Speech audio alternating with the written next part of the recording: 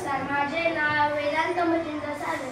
आज मी तुम्हाला रमाई माता यांच्या विषयी काय 2-4 शब्द सांगणार आहे. ते तुम्ही शांतचित्ताने ऐकून घ्यावे अशी माझी विनंती.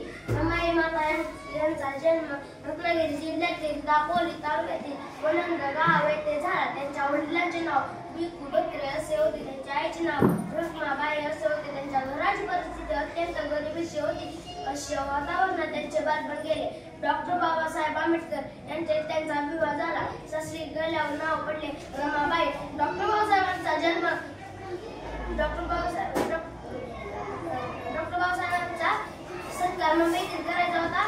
तेव्हा त्या सत्काराला रमाईला पण जायचे होते. जेव्हा रमाईला नेसायला साडी नव्हती, पण रमाईने ही बातमी डॉक्टर बाबासाहेबांना कळू दिली नाही. डॉक्टर बाबासाहेबांचा फेटा नेसून गेली रमाई.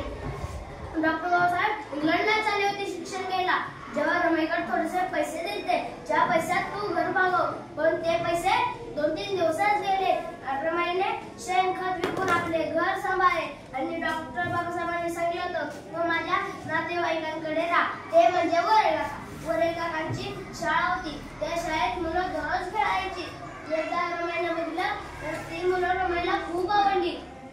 रमाई तिला दररोज यायला लागली. तर 2-3 दिवस मुलं नाही आली तर वरेल काकांकडे गेली रमाई. त्यांना विचारलं 2-3 दिवस मुलं का नाही येत, तर वरेल काकांनी सांगितलं त्यांना जेवाय नाही, ती भुकेलेली आहे. पण रमाईनं कसलाही मागचा पुढचा विचार केला नाही. आपल्या हातातल्या बांगड्या सोन्याच्या काढून दिल्या आणि तुम्ही हे घाण ठेवा नाहीतर विका, पण मुलांना वेळेवर जेवण द्या.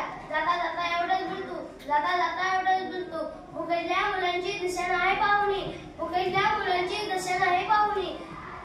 बांगड्या सोन्याच्या दिल्या काढून धान्य रमाई.